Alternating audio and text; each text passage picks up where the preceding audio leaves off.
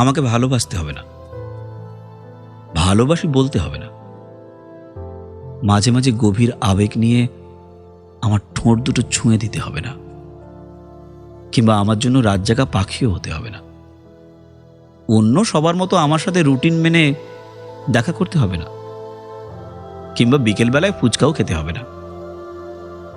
এত অসীম সংখ্যক নায়ের ভিড়ে শুধুমাত্র একটা কাজ করতে হবে। আমি যখন প্রতিদিন একবার ভালোবাসি বলবো, তুমি প্রতিদিন একটা দীর্ঘশ্বাস ফেলে একটুখানি আদর মাখা গলায় বলবে, পাগলি।